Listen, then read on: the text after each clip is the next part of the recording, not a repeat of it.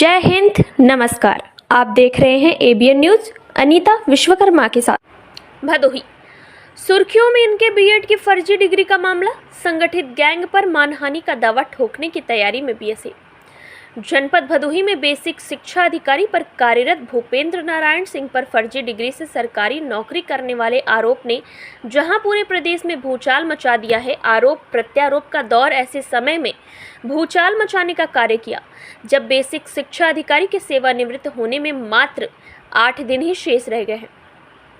शासन तक फर्जी डिग्री की शिकायत करने वाले जखाऊ निवासी अशोक कुमार मिश्र ने आरोप लगाकर जांच की मांग किया कि भदोही जनपद में कार्यरत बेसिक शिक्षा अधिकारी की बीएड डिग्री फर्जी है और उक्त फर्जी पर कार्य कर रहे हैं।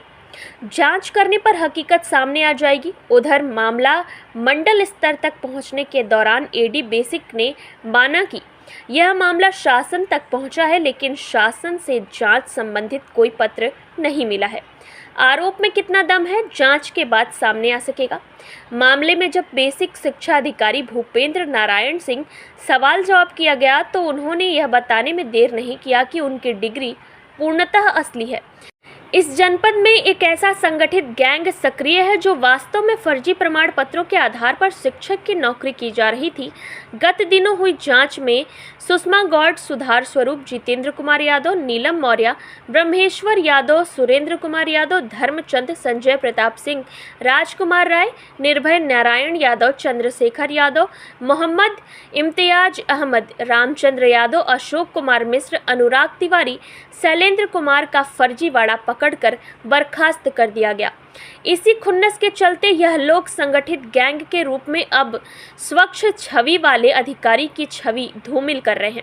इन बर्खास्त शिक्षकों पर दर्ज मुकदमे के आधार पर सरकारी धन की रिकवरी संबंधी नोटिस जारी हो चुकी है।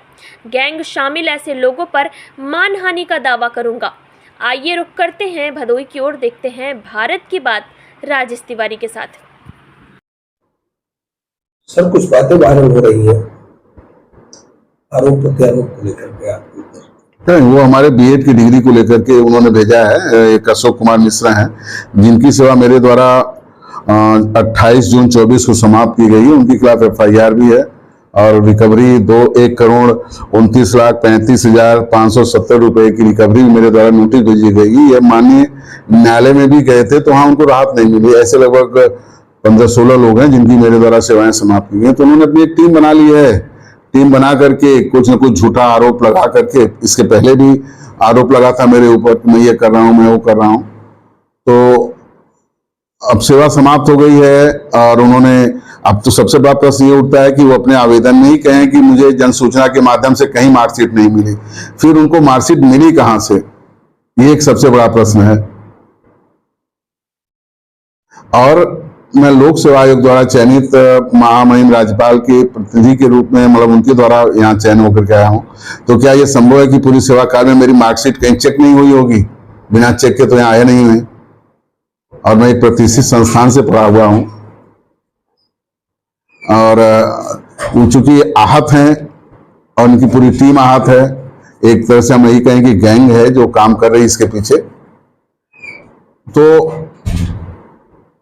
उसका एक प्रतिकार है उनकी सेवा समाप्ति का, एफआईआर का, इसका एक वो साधन इन्होंने बना रखा है और उसके आरोप में एक आरोप लगा रहे हैं और ये चटपटा समाचार है तो लोगों तक जल्दी पहुंच जाता है। बस इससे ज्यादा और क्या कहा जा सकता है। यद्यपि मेरे द्वारा कानूनी परामर्श लिया जा रहा है कि इनके खिलाफ मानहानि का मुकदमा किया जाए और पीछे जो भी हुआ था उनके भी खिलाफ, तो कानूनी परामर्श के बाद ही कोई काम हो सकता है।